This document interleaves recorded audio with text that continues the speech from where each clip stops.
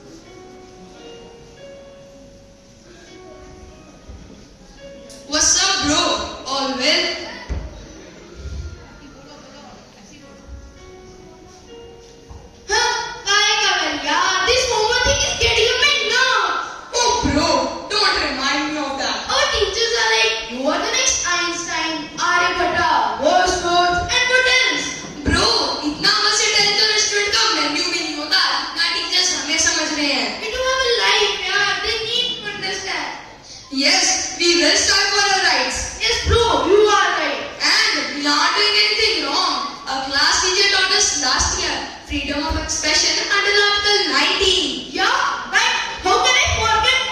Deal then, no homework tomorrow. Of course, bro. Seal the deal. And I forgot to mention, the teachers can't even punish us. Yeah, under section 17 of RT, Act for moral punishment is prohibited. ना मजे यार. मजे आ गए यार. कोई tension नहीं, no homework, no tension. अरे बेटा, क्या हुआ? दादी, we are free from homework. वो कैसे? दादी, बच्चों को पीटना इज अगेंस्ट द लॉ. तो अगर होमवर्क नहीं भी करेंगे तो टीचर्स क्या ही कर लेंगे? Very bad, बेटा. Teachers are next to God. They are the guiding lights of our lives. Don't you know about Eklavya, who became a great archer just by simply showing a deep devotion and respect to his Guru's statue? And don't you forget that India has a great legacy of Guru and Shishya Parampara, where Gurus are devoted as revered divines. So you must always respect your teachers. Okay, Daddy.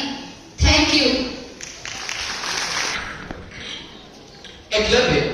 Eklavya was the son of the tribal chief in the forest of Hastinapur kingdom. He was brave and handsome boy, was loved by all. Eklavya, why are you so unhappy?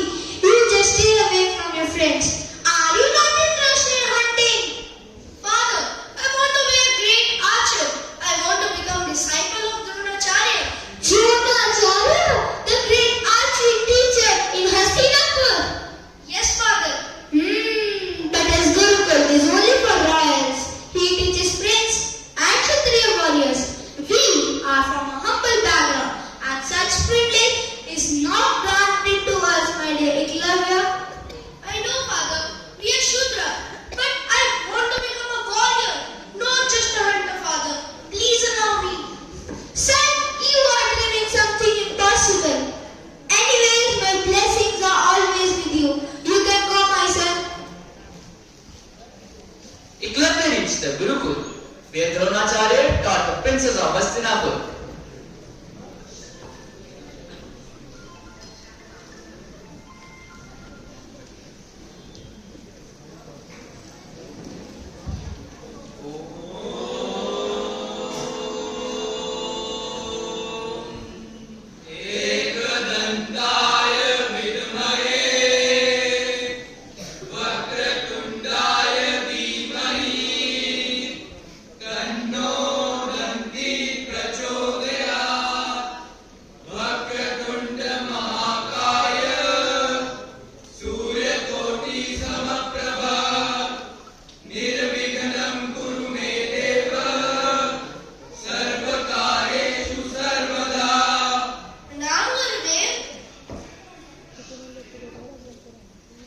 Who are you, my son?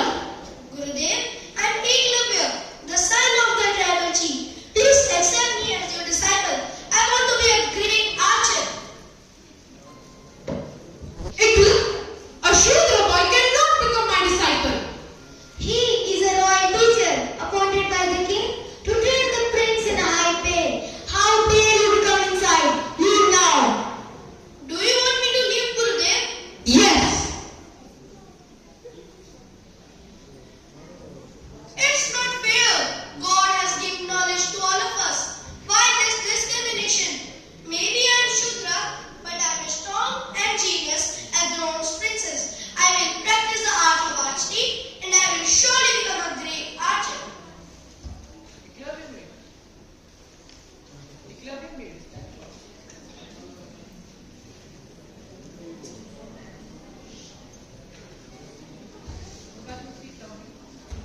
Eklavya made a statue of Dronacharya and practiced archery.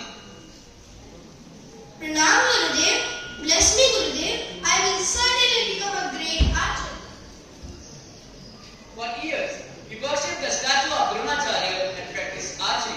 His faith and courage transformed Eklavya from an ordinary hunter to an extraordinary archer.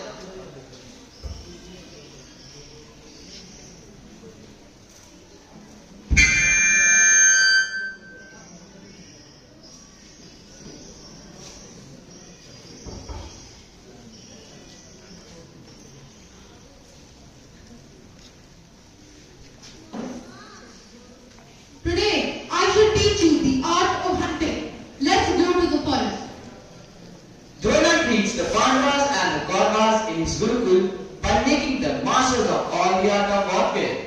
On the other hand, Eklavya, a young prince of Nishada tribe who wished to learn archery from Guru Drona, watched him teach secretly. To keep your bow, focus your mind on the target. To release the arrow with a calm mind, precision is the key to becoming a great archer.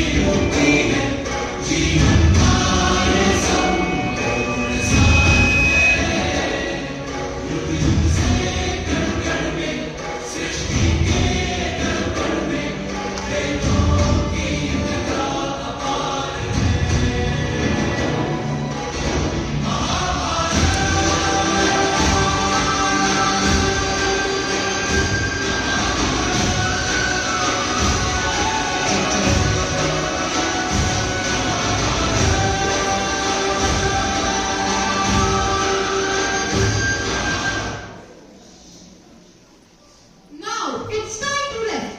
Someone must go and bring fruits and water for all. I will bring water, Gurudev. I will bring fruits, Gurudev.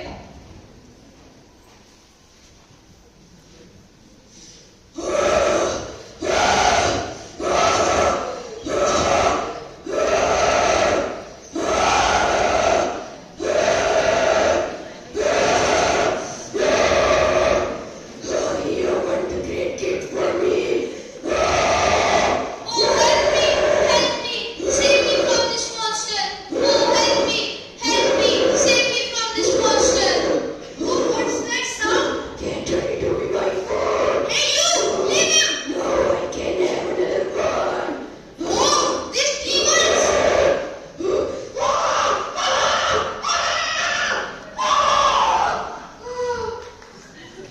Thank you for saving my life. It's my duty, Prince.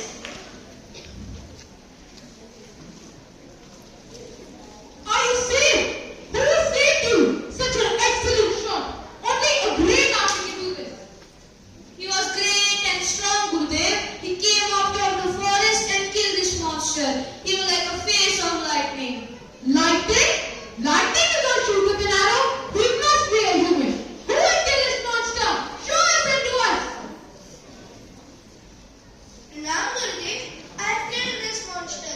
Thank you, son. You have saved the life of Sinapur Prince. Your aim is remarkable. From whom do you learn archery? From you, Gurudev. Me? How can I learn you archery? I have never even seen you before.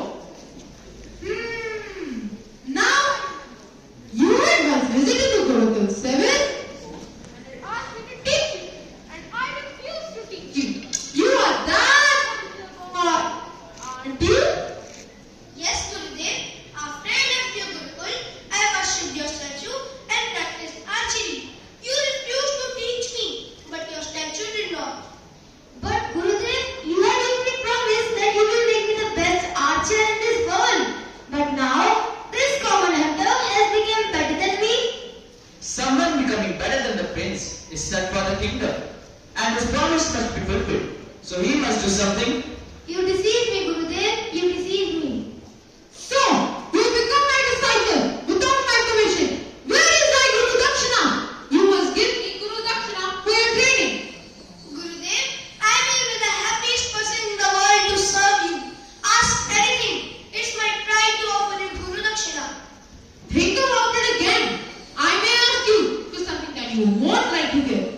What if you refuse? Gurudev, I'm not that ungrateful. I will never refuse anything you ask, Gurudev. Okay, Eklavya, give me your right hand thumb as Guru Dakshina. I know, Gurudev. I will never be a good archer without my thumb. But your wish is my command.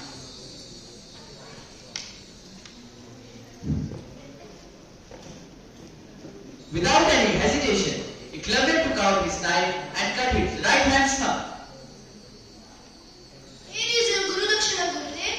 I am proud that you have let me a disciple even though I am Shudra. Eklavya, you have conquered Duryodhana. Though you do not have a thumb, you would still be remembered as a great archer. I bless you that you will be remembered further for your loyalty to your Guru.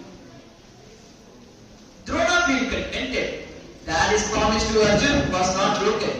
And due to Drona's blessing, Eklavya still blessed as the most loyal and brave student in the epic of Mahabharata.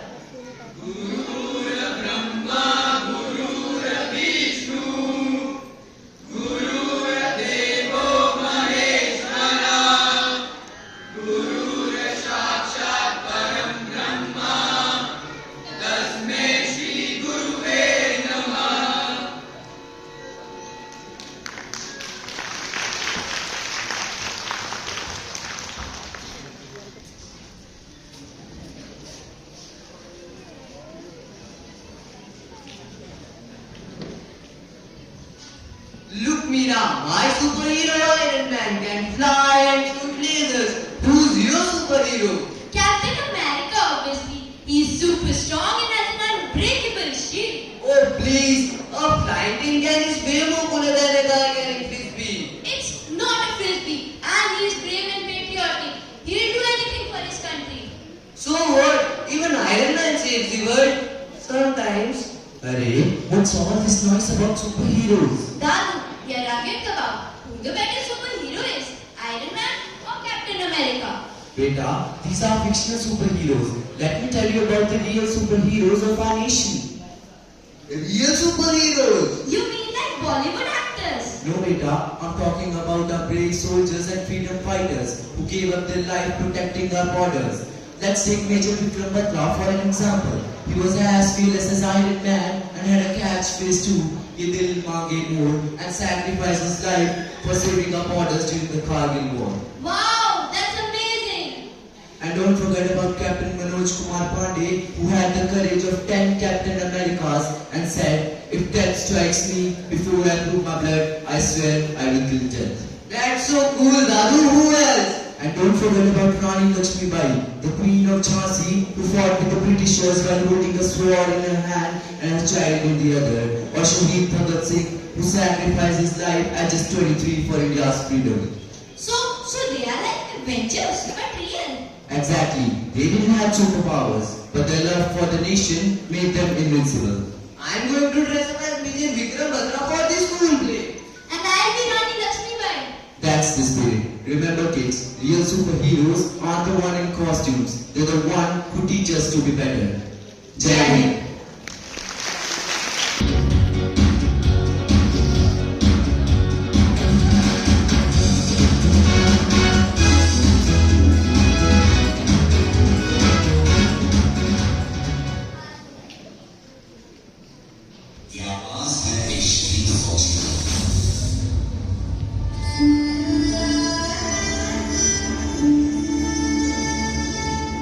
मेरे जवान दोस्तों, मेरे शहीद होने के बाद जब तुम मुझे मेरे गांव लेकर जाओगे, तो ये बताओ, क्या मेरी माँ का सामना कर पाओगे?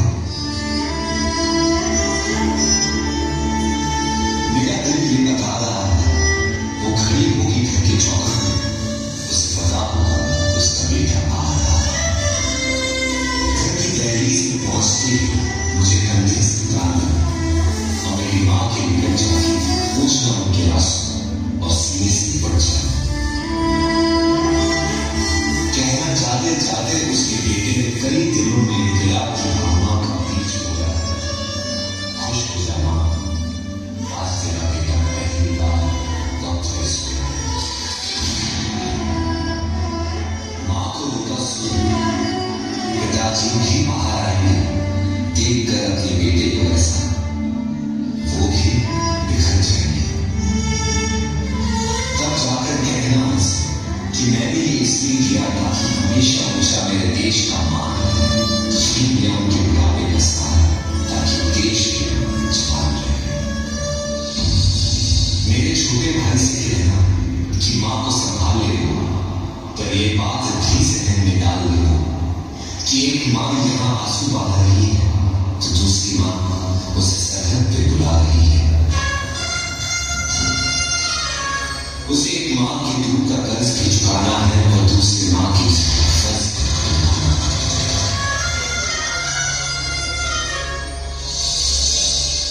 मेरी बीवी सहमी सी बैठी होगी, उसे कहना कि करवा चौथ हर साल लगाना और तब तक रखें जब तक आसमान में जिंदा है तो क्या वो उसका पति जिंदा है, देश तो जिंदा है।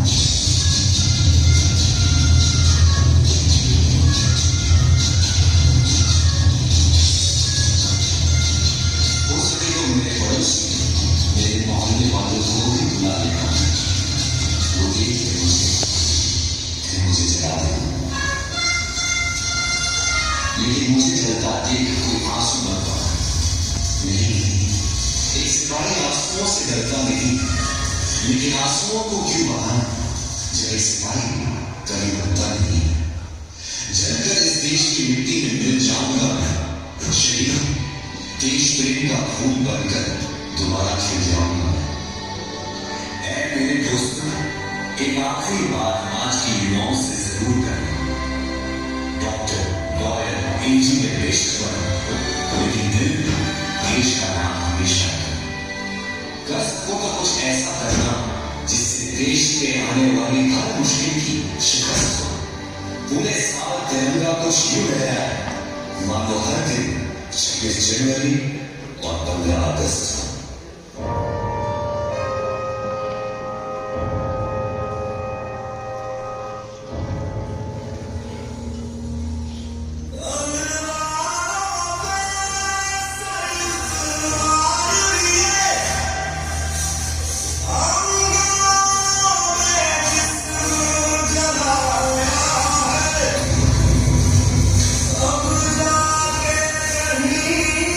हमने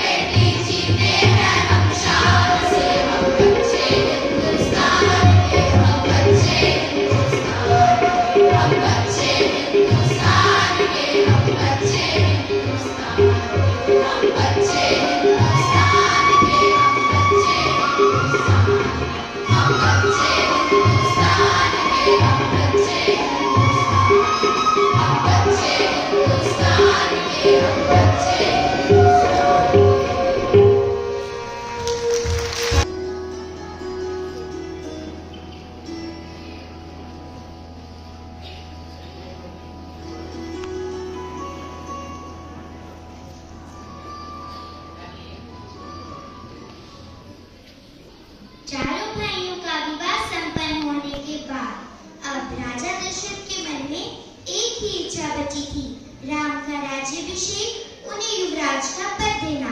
अयोध्या लौटने के बाद से ही उन्होंने राम को राजकाज में शामिल करना शुरू कर दिया था। राम ये जिम्मेदारी अच्छी तरह निभा रहे थे। प्रजा उनको चाहती थी, सब उनके पराक्रम का लोहा मानते थे। राजा दशरथ वृद्ध हो चले थे।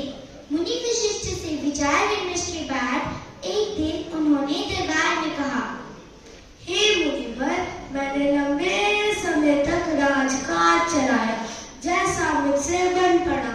मैं वृद्ध हो चला हूँ, अब मेरे अंग शिथिल हो गए हैं। मैं चाहता हूँ कि यह राजपाट राम को सौंप दूं। राजन, मुझे तो लगता है कि यह अच्छा विचार है। इसमें किसी को कोई आपत्ति नहीं हो सकती। अगर आप सब सहमत हो तो क्या राम को युवराज बना दिया जाए?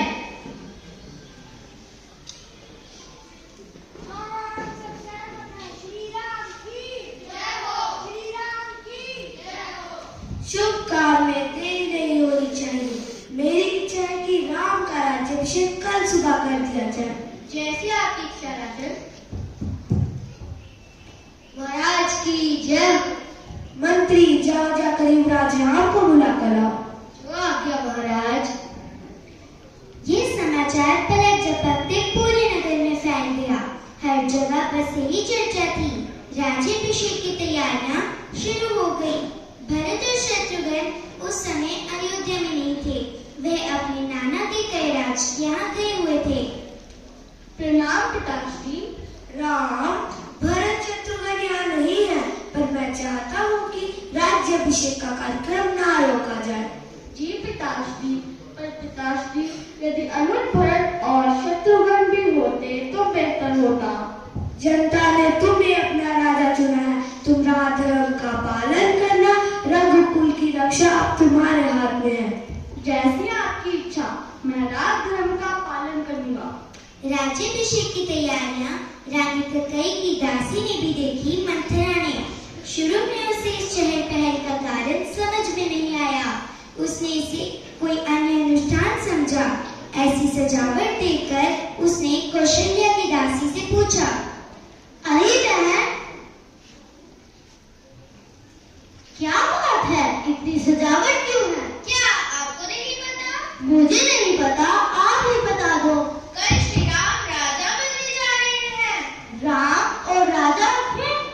मंथरा जल भुन गई। राम का राज्याभिषेक उसे षड्यंत्र लगा। आओ मंथरा। अरे मूर्ख रानी, उठ, तेरे ऊपर विपदा आने वाली है। यह समय सोने का नहीं है। होश में आओ, विपदा का पहाड़ टूटे इससे पहले जाग जाओ। बात क्या है? तुम इतनी घबराई हुई क्यों हो? सब कुशल तो है? कैसा कुशल और कैसा मंगल? सब अमंगल होने वाला है। तुम्हारे सुखों का अंत। महाराजा दशरथ ने कल राम का राज्याभिषेक करने का निर्णय लिया है। अब राम युवराज होंगे। ये तो बहुत शुभ समाचार है। मैं बहुत प्रसन्न हूँ कि राम युवराज पद के लिए हर तरह से योग्य है। रानी, तुम्हारी बुद्धि फिर गई है, मति मारी गई है। भरत को जानबूझकर ननिहाल भेज दिया, समारोह के लिए बुलाया तक नहीं। चुप रहो मंथरा। राम के प्रति मेरा अगाध स्नेह है। वह मुझे माँ के समान मानता है। तुम्हें इसमें षड्यंत्र दिखाई देता है। इसमें कोई षड्यंत्र नहीं है। राम के बाद भरत ही राजा बनेगा। राम सर्वदा ज्येष्ठ पुत्र को ही मिलता है। भरत राजा बनेगा? राम के बाद राजा भरत नहीं, राम का पुत्र होगा। अनंत को अर्थ समझने की मूर्खता मत करो रानी। राम को राज मिला तो वह भरत को देश निकाला दे देंगे। वह भरत को दंड देंगे। इस तिरस्कार से भरत की रक्षा करो रानी, रक्षा करो। ऐसा मत बोलो मंथरा। तुम ही बताओ मैं क्या करूं?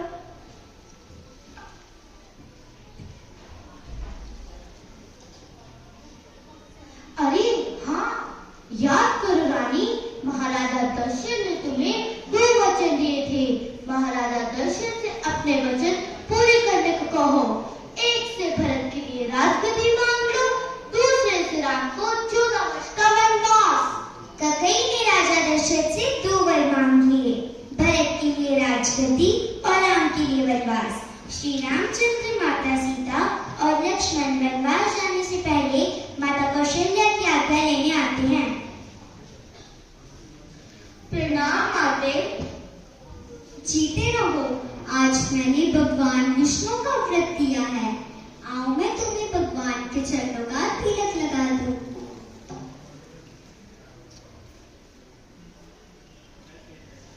बैठो पुत्र, मैं भगवान का प्रसाद लेके आती हूँ। बैठो पुत्र, बैठते क्यों नहीं? अब इस आसन पर बैठना मेरे लिए उचित नहीं। अच्छा, राज सिंहासन पर बैठने जा रहा है, इसलिए माँ के आसन पर नहीं बैठेगा।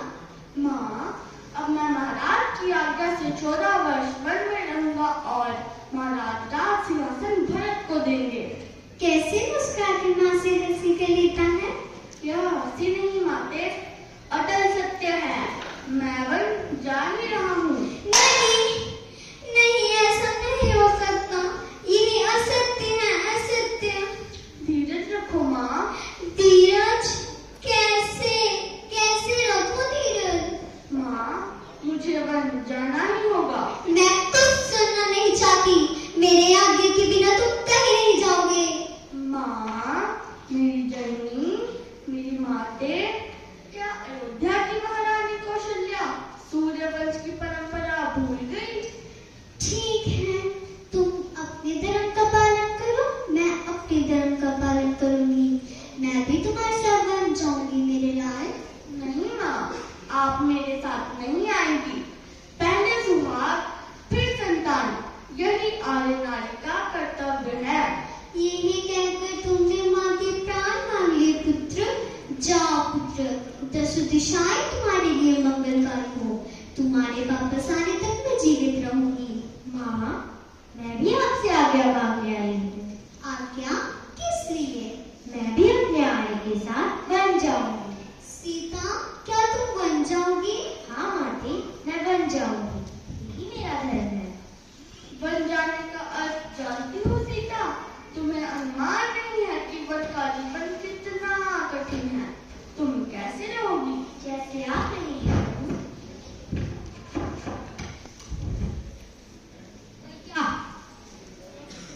भैया क्या सत्य है कि गंगाई के ज्ञान पर महाराज ने आपसे आपका राज्य छीन लिया? लक्ष्मण, माता को मैं आपसे बुलाना कब से शुरू कर दिया? क्या तुम सूर्यवंश की मर्यादा भूल चुके हो? ऐसा नहीं हो सकता। जब तक लक्ष्मण के प्राण बाकी है, मैं आपके से यह अन्याय नहीं होने दूंगा। कैसा न्याय? पिताजी के वचन का पालन करना मेरा धर्म है। ऐसा ही है तो फिर मैं भी आपके साथ चलूंगा। नहीं लक्ष्मण, वनवास मुझे हुआ है, तुम्हें नहीं। लक्ष्मण से आप कब से लक्ष्मण को? ठीक है, जैसी तुम्हारी इच्छा। श्री रामचंद्र पिताजी की आज्ञा का पालन करते हुए माता सीता भाई लक्ष्मण के साथ वन चले जाते हैं। उनके वियोग में महाराज दशरथ का निधन हो जाता है।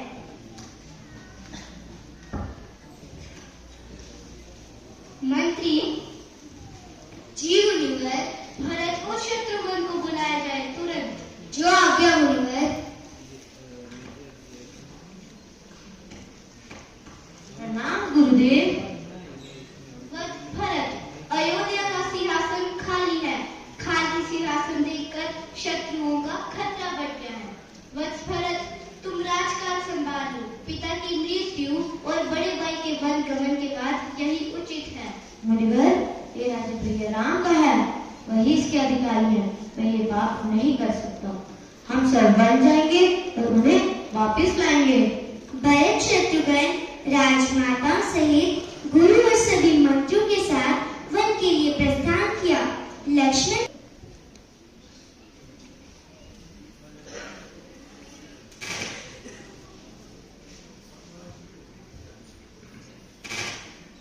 भैया भैया, क्या हुआ लक्ष्मण? सब कुशल तो है? तुम इतने घबराए हुए क्यों हो?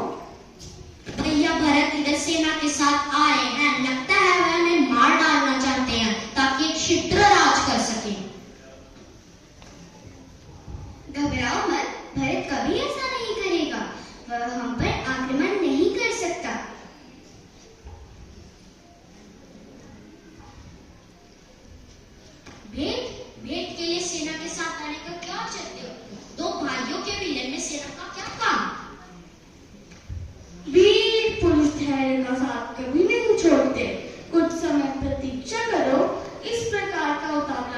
उचित नहीं है। तुम्हारे भैया बिल्कुल ठीक कर रहे हैं। भरत कभी ऐसा नहीं करेगा। भैया भैया भैया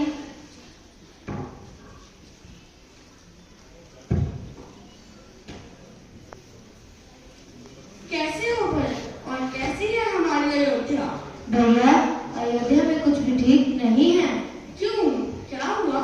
एक दुखद समाचार है, पिता दशरथ नहीं रहे। नहीं नहीं, ये नहीं हो सकता। ये क्या हो गया? भैया, कृपा आप अयोध्या लौट चले। आपके बिना अयोध्या अधूरी है। नहीं भरत, पिता की आज्ञा का पालन अनिवार्य है। पिता की मृत्यु के बाद मैं उनका वचन नहीं तोड़ सकता। राम, रघुकुल की परंपरा में राजा ज्येष्ठ पुत्र ही होता है।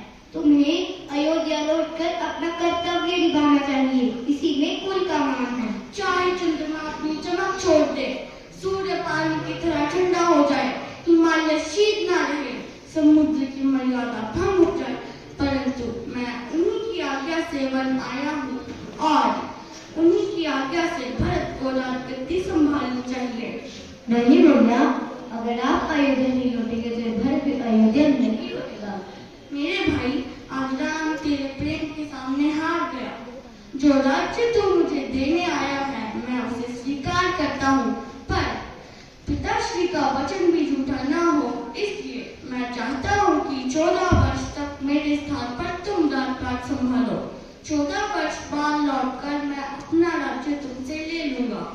जैसे आज्ञा भैया, कुछ मांगू तो दोगे? पगले, तू मेरे प्राण मांग ले तो इसे क्षण दे दूं। बोल, क्या चाहिए? आप अपने चरण पादुकाएं दे दो। मैं 14 वर्ष तक इनकी सेवा से राज्य चलाऊंगा।